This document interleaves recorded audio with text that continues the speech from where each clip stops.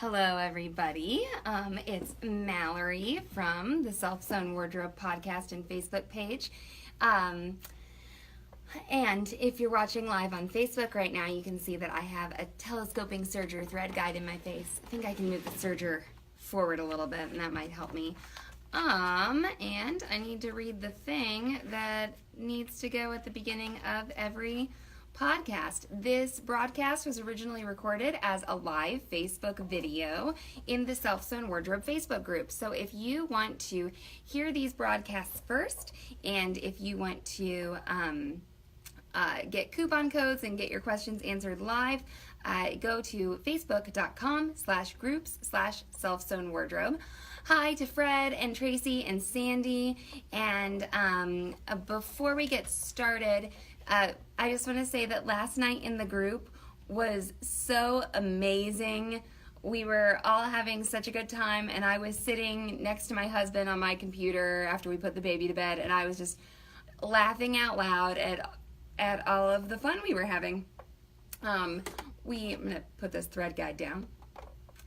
Noah, we were talking about Noah's Comox trunks, and we were also talking about how to get text appear very large on Facebook and whether or not people were seeing it as such. And then Noah also asked for everybody's opinion on the rolled hem foot, and we got quite a few varying opinions on the foot and how different people do or do not like it. And so it was just, I was just cracking up about all that, and then we also I got to talk about the brutal panty lines phrase that came up earlier in the group, and we're just getting a lot of really fabulous inside jokes going. So I loved hanging out with everybody last night on the group. It was so much fun. Hello to Melissa and Karen.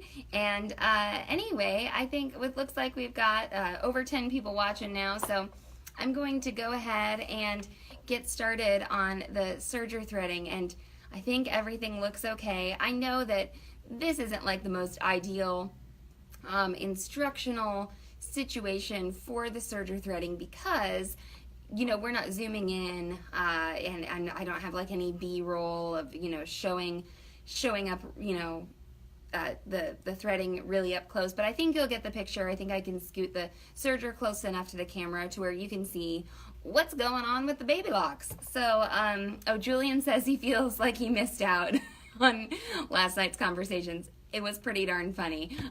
It was magical. Okay, so we had a lot of people asking, you know, they were like, what the heck is up with the baby locks? Why are they special? I don't even know about them. Why are they so expensive? How much do they cost? And so as a baby lock dealer, I'm not allowed to give out pricing over the internet, and so I can't do that.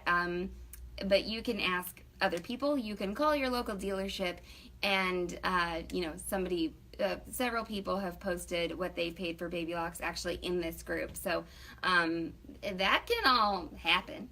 Okay, in the group. I just am not allowed to tell you. So anyway, it seems like we've got a few people interested in what the heck is up with the baby locks. So I'm threading this serger from behind the serger, trying to catch all the audio into the podcasting microphone, as well as you know, being able to thread the serger. And, oh, one more spool of thread in front here. Glad I've got this monitor in front of me. And Karen says about the baby lock sergers, worth every penny. Okay, well, I would have to agree. Okay, I'm just going to move the microphone up a little bit and go for it like this. And if I have to use the audio from elsewhere, I can do that. Okay, so what's so special about the baby lock sergers is their threading system. And okay, the sergers do have a presser foot like a normal sewing machine, so that's right here, and that presser foot does need to be raised when you go to thread it, so that's really important. That's like actually the one thing that you really need to be doing, you know, on any machine. but especially on your baby lock serger. Up here, this is where your threads go when you thread the serger, and there are tension discs in here. So you all know from episode 1 of Sewing Out Loud that it is so important to thread with your presser foot up in order to ensure proper tensioning. So when the presser foot is up, not only does it raise the foot, but it allows you, it opens the tension discs up here so that the threads can lay in there. And then when you put the presser foot down to sew, there is a series of springs inside of the baby lock sergers that sense the thickness of the thread. And today we're just going to be using normal serger thread. Like I said, I don't want to be like a huge baby lock commercial and bore people, but you can put like really thick threads in here to great effect on the serger. So anyway, the other really important thing about the baby lock serger, the top 4, I guess, or top 5, excuse me, is that there is no threading order. So if you break one thread, or you want to change one color, or you want to whatever, change one weight of thread, you may do that at any time. And you'll notice here that this looks a little different maybe than other sergers that you have seen. This isn't all open. The loopers are enclosed. That's called tubular loopers in baby lock speak. So to prove that there's no threading order, oh no, Mom, it's not a serger cover chain stitch machine. This is the Enlighten. This is only a 4-thread machine. So I'll flip up the front cover. ZD said it's a combination machine, and I don't think she could see the label. So this is only a 4-thread. I'm not getting into the big 8s right now. But let's go ahead. I've got a different color for each part of the serger here, so that you can see what's going on. So I'm gonna thread first the upper looper on the serger. I've got my presser foot up, and what I need to do now is flip from serging to threading, and then, oh, actually, my hand wheel was in the right place. Let me, just for better effect, show you. You switch from serging to threading, and then watch right here in this area, okay? I'm going to turn my hand wheel toward you because you are in the sewer's position right now, okay? And watch right where my finger is in this area here, right there. Turn your hand wheel until you hear that big click. And when you hear that big click, then your hand wheel is locked in place, and what has happened is the loopers have become completely enclosed to accommodate this super cool threading system on the baby lock that makes it so that you don't need to have tweezers and, going into a part of the serger you can't see and all that. Okay, so I'm going to clip the end of my thread, put it up over this thread guide. Upper looper goes through this slot and down, and there is a little thread guide there.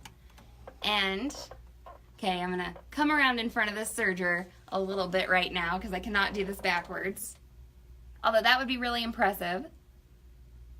You take a little end of your thread, and there's 2 ports here, one that says U and one that says L, and I put the upper looper thread into the one that says U for upper, okay? And I'm going to smooth it in a little bit,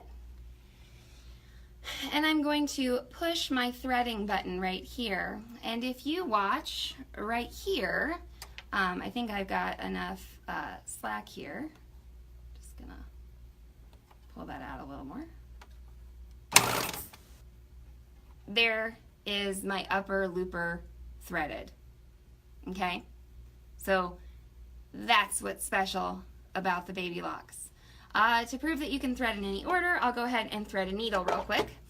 Oh, and you know what? I forgot to put 2 needles in. We're just gonna do 3-thread overlock today.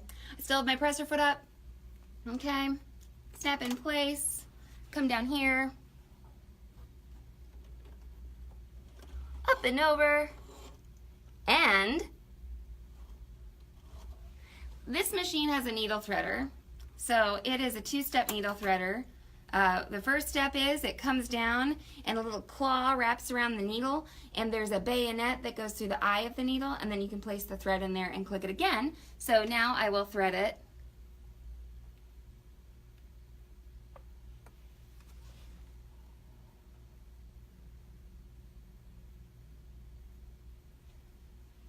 Thread it backwards. And push this again. And you may not be able to see it on the video, but there's a little loop that came out the back of the needle, and it is threaded. So now I have a looper and one needle threaded, okay? And now I'll go back and I'll thread my lower looper because that's what I want to do. And I'm going to do that with this. Oh, you know what? I won't use yellow. I'll use blue.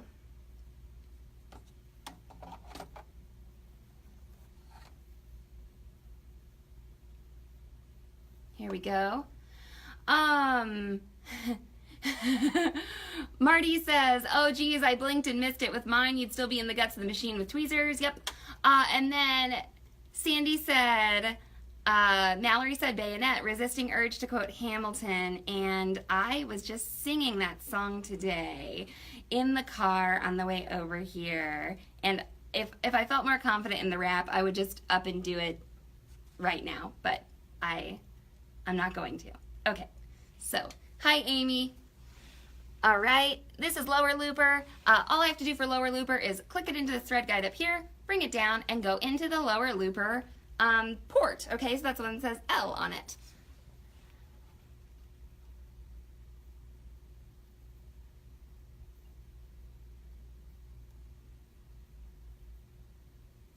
Okay, so I call it, I like to call it smoothing it into the port. I like stick a little bit of thread in and then I kind of like run it with my finger. I don't use tweezers. You don't have to use tweezers. Some people like using tweezers though, and like, you know, so if you like that, that's fine. So the upper looper came out up here. The lower looper is gonna come out around on this side. Let's see, can I touch the lower looper? Yeah, I'm touching it right there. So you're gonna see a piece of blue thread shoot out. And let's see. Oh, here we go. My thread is a little, there we go. Okay. So this is our blue thread that just came out of our lower looper. So if I had, yeah, I'm almost tempted to like unthread this serger and turn it towards me and thread it in like real time, because I literally can thread it in, you know, under 2 minutes, maybe under a minute sometimes. And these are normal serger threads. Now let's talk about tensioning and all that jazz. When you get a baby lock serger, you get a little quick reference guide, and you get an owner's manual as well, but the quick reference guide is what you look at all the time. It's just like a card, like a laminated sheet. And, well, it's not laminated, it's like cardstock. You look at the settings there, and before I talk about settings, I want to answer Melissa's question. This is so good. I use the knot off method for changing the loopers on my Janome. Any problems with doing that? Okay, so with the baby lock serger, I do not recommend knotting off. It's so simple to rethread, and there is no threading order that you don't need to do that. So that's why they tell you to knot the thread on other types of sergers. It's a good idea because those threads intersect each other at a certain point. Okay, so here's what your loopers look like when they're going over the edge of your fabric. They're doing this. So you must thread in a certain order on a machine that's not a baby lock. And normally that's like upper looper, lower looper, and then I can't remember which needle goes first, but it's a needle and a needle. And so the reason they have you knot a thread on, like if I was like, oh no, no more blue thread, I need a black one or something, that's to preserve the order that those threads are supposed to be in. But that's not necessary on the baby lock. So if I wanted to rethread one thread or rethread my entire machine, I would just clip that, take it off. I'd what I call chain that off, and then I would just start sewing. You know, I would thread and then start sewing again. The reason you don't want to knot off is because this is all enclosed in here, okay? So I have had people try to knot off, but then if the knot gets stuck somewhere down here, it's within the machine. Whereas probably on your Janome, Melissa, the loopers are fully open, okay? So you can't, you can't get anything like stuck. Like if you thread it through and you break a thread on your way to pulling a knot through, you'll be okay. You'll probably have to maybe rethread the entire machine, but you're not going to have any like problem figuring out where that knot is. I wasn't familiar with knotting through on sergers because I had learned how to do so on a baby lock. So when I heard about people doing that, I was like, oh, why are we doing that? And then I realized, oh, there's a threading order. So like I said, there's no threading order, and that's what makes it special. Okay, that's what makes the baby lock easier or easy to use. Okay, so I've threaded the machine, but like, how does it work now, right? Okay, I'm going to, my needle thread. And Fred said she's got wide thumbs, so she would probably use tweezers. That is a-okay. Everybody kind of has their own preferred way of doing it, but you would only use the tweezers to sort of, place the thread. And sometimes that can be nice in the winter when it's like your fingers are your skin's dry or it's staticky or something like that. Let me make sure all my threads are in place. To put my upper looper thread behind the foot as well. This is the place where I've seen people use tweezers. I've got customers who have rheumatoid arthritis. I have one customer who had polio when she was younger, and she really likes that she doesn't have to use tweezers. Okay, I disengaged the threading, so what that did was, do you see those tubes there? When I go from threading to serging, oh, there we go, it disengages the tubes, and then now I can also close the cover. I couldn't close the cover before that, so there's these little fail safes on the serger, which are really nice.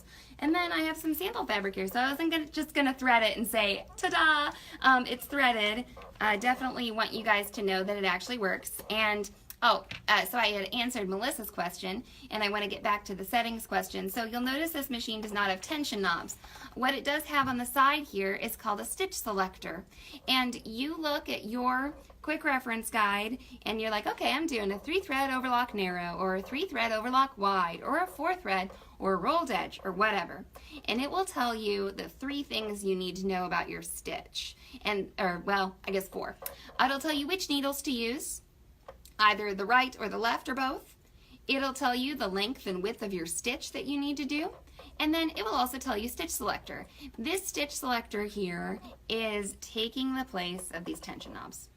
Okay, that's what's going on. And so I know for a 3-thread overlock narrow, it'll be on a B. So just in case you're wondering, like I said, I don't want to get too terribly technical, but let's see how we're doing now.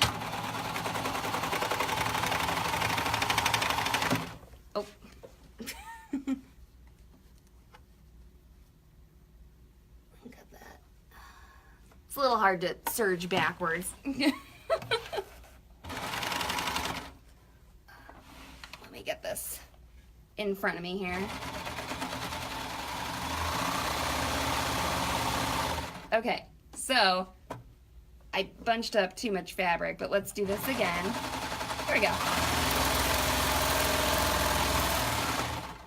So this is the serger stitch that you get, here we go, on the baby lock serger. Not gonna get a little closer. Okay, there we are. Let's see. I'm going to turn this around. Now that I've got my stitch started, we should be okay. So you'll see what it cut off. And actually, I guess I can put my foot pedal on the floor and use it, even though I'll be using the machine backwards.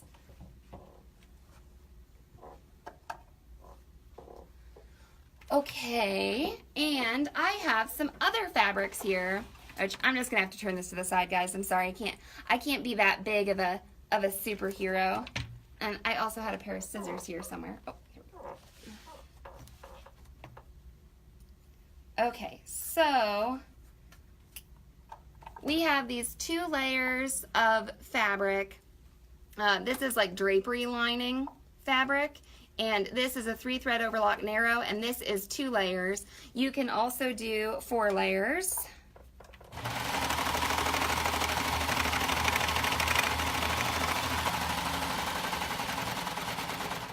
And still get a very nice stitch. Sorry, it's hard to do this backwards. And then we can also do something like silk, okay? This is a very lightweight fabric. This is what my shirt was made out of yesterday, actually. So, like I said, this can be a little hard to do sideways.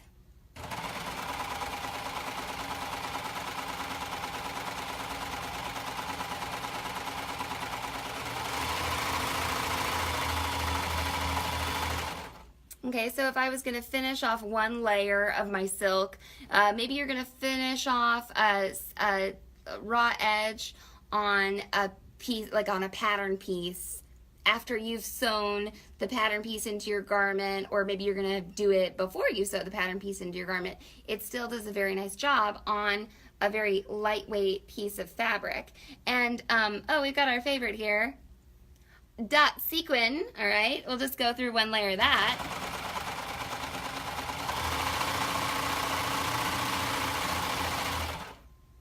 All good in the neighborhood. And we can do 2 layers as well. This is what we made our shirts out of. We constructed them completely on the serger.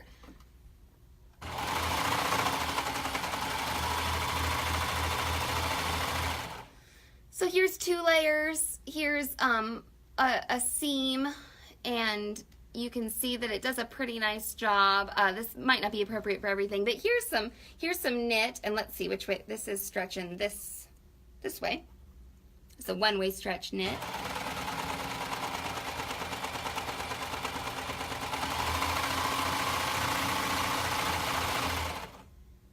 And you'll notice that our seam is stretchy. You're not hearing any popping, okay? Karen says beautiful rolled hems. I'm not gonna do that today, but she is totally right. We did a rolled hem on the serger for my wedding gown, which we should definitely be doing a blog and a video about. So anyway, nice stretchy seam on the serger there. And let's do 1 more. Well, I think I can show it to you now. And I'm gonna move, the side of the serger opens for easy cleaning. Okay, so I wanna show you all the anatomy of this serger stitch a little bit. So I'm gonna like hug the machine here, okay? Getting close. The pink thread is in the needle, okay? And so we had discussed yesterday about when the needle thread shows, and that's generally when the fabric stretches. And I'm actually barely even seeing it on this knit that I did here. And you really don't see the needle thread a ton when you're doing a 3-thread overlock even. So then we have our orange thread right here, and it's in our upper looper. So I sent the fabric through before I serged it again like this, okay? And this is what's on top. It's the orange, and you can't see the blue, but it is on the back, on the other side of the stitch, what we call the bottom or the back, and this is the lower looper. And the lower looper does look different than the top, and on the back side of the stitch you really don't see the needle thread a ton either. So that is a little bit of the anatomy of the serger stitch. I hope we can make a nicer video about this that of course, you know, isn't me on the iPhone camera. So does anybody have any other questions about the Baby Lock sergers? That's what's so special about them. There's no threading order, the loopers are enclosed, and they last a really long time. So if you are ever ready to get a serger and you're thinking, I want to have this for the rest of my life, you could have a Baby Lock for the rest of your life. You just gotta kind of choose which one. Like I said, there are five sergers that we recommend from Baby Lock. They sell more than that, but the 5 that are made in their serger factory, in their factory in Japan, are the ones that have the tubular loopers. And yeah. Oh, Fred says, have you ever had anything go wrong in the enclosed area? So that this area that's enclosed here, this is a good question. The only thing I've ever had go wrong is when that person knotted their thread through. And this person had been a customer of ours for a long time, and we always tell people, don't knot the thread through.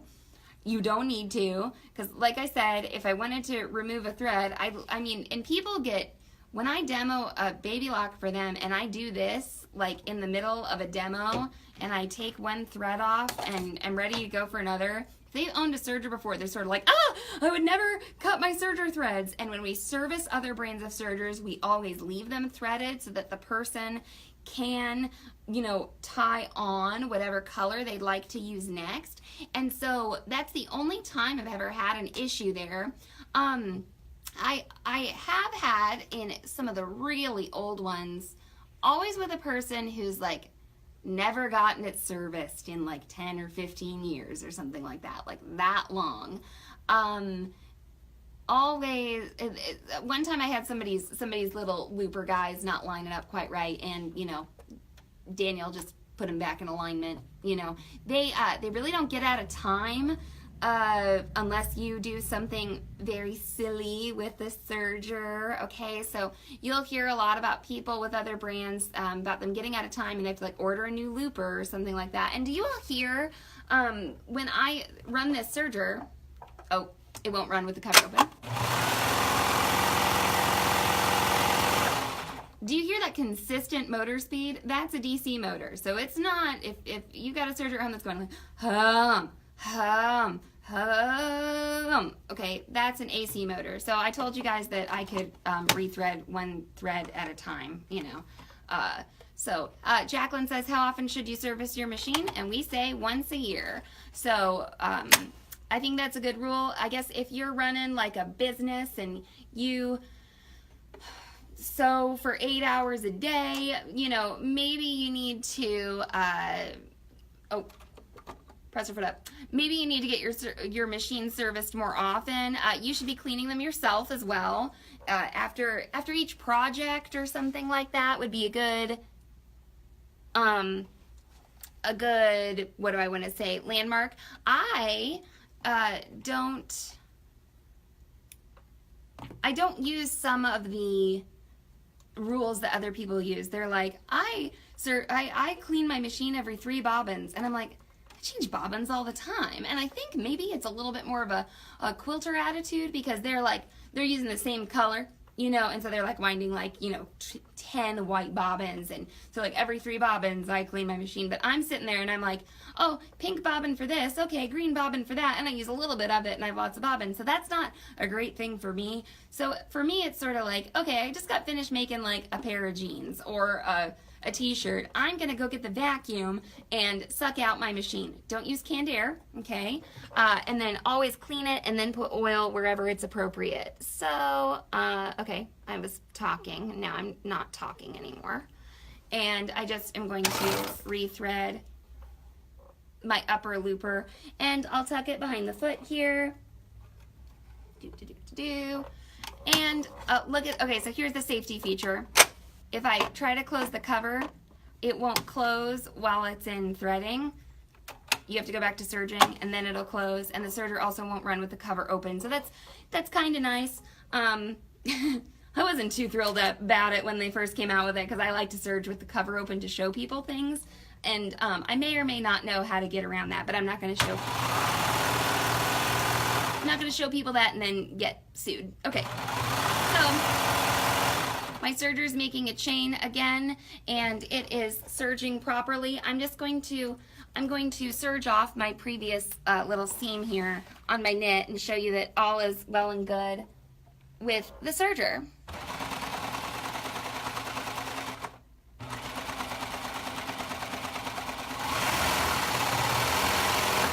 Okay, so changed a thread out of, you know, what would traditionally be the threading order, and it's all fabulous. There's my yellow upper looper, my blue lower looper, and once again, stretch that fabric. I'm pulling it over my head, I'm doing a yoga pose or something like that, and everything's cool.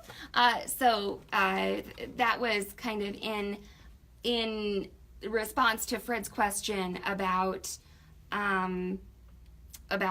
knotting up the thread. And Fred says there's heated debates about canned air versus vacuum. how often to do it, etc.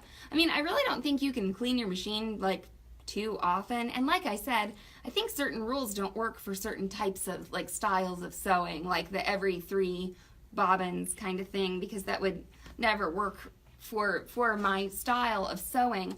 The canned air. Here's the deal about the canned air. Like Mom just said, it can contain moisture. And so this is how much, Fred says, I once saw someone block another group member, not here obviously, over it. I mean, you know, you can put whatever you want in your machine, but this is where we're coming from having owned the store for a long time and seen lots of machines. So this is how much the Baby Lock Enlighten opens up for a consumer, okay? You can get in here and everything like that, and you'll see, we've got lint, you know, already on this machine. Melissa just brought up something great. When you use canned air and you access the machine like a customer can, it can blow the lint back in. You may see some of it, you know, come back out, but there will be lint blowing back in there. And there are oil wells inside of this serger that only a tech will be accessing, like we say, once a year. And if you throw a bunch of lint back in there, it will suck up that oil that should be getting regularly distributed through your machine. So we always say to suck out the lint, don't blow it back in. If you ever see a technician, like go into a technician's workshop, okay, and you see canned air there, they might be using it, but our tech doesn't.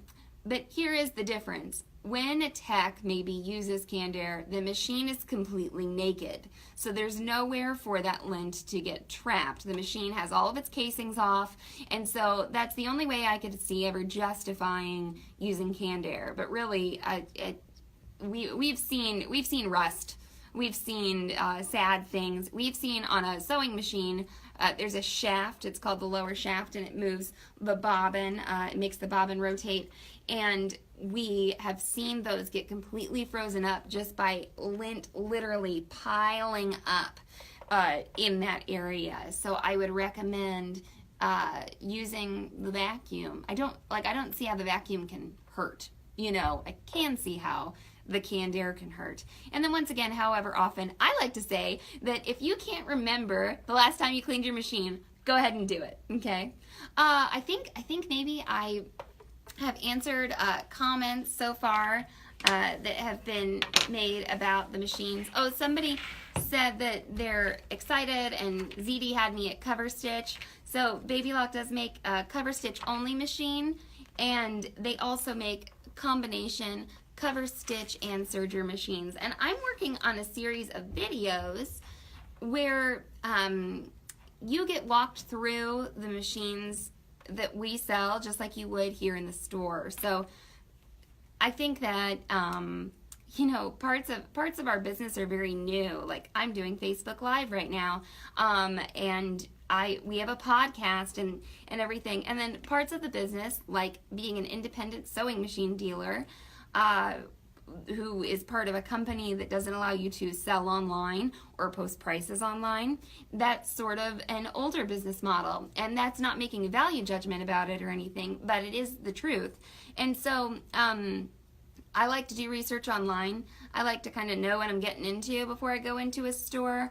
I don't want to waste anybody's time if something is extremely out of my price range or I'm not ready for it yet, or maybe I want to know why the heck does that cost that, you know, or et cetera, et cetera. So I want to do a video where when someone comes in the store, I introduce them to the machines, talk to them about their differences, talk to them about what they like to sew, and sort of work on, you know, finding the perfect fit for them. And someone also mentioned in the Facebook group that they recently bought a Baby Lock and they financed it. Not everyone is comfortable with financing, but Baby Lock and Baby Lock dealers do often offer no interest financing through Synchrony. So if I mentioned the company because a lot of people maybe already have an account with them because that's like the only place that does retail credit anymore. So if you have if you've ever had a line with them or something, then you already qualify. Or if you want to look at qualifying for a line of credit, you can do that through your dealer. And also it's oftentimes it'll be 24, 36, 48 months, no interest, and there is no penalty for paying it off early.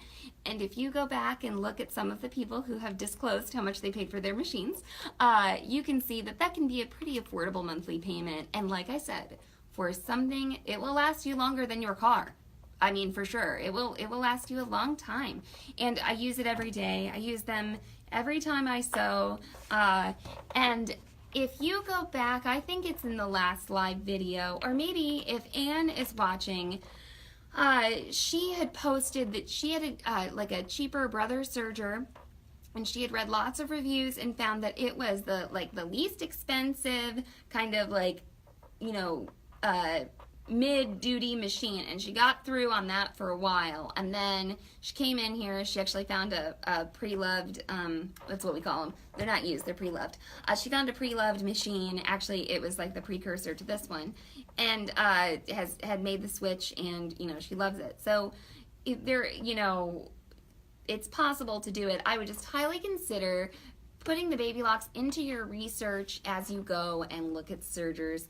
Don't dismiss the claims that you see as hype, because I really do think that they're so special, and I love them. Okay, well, thank you all.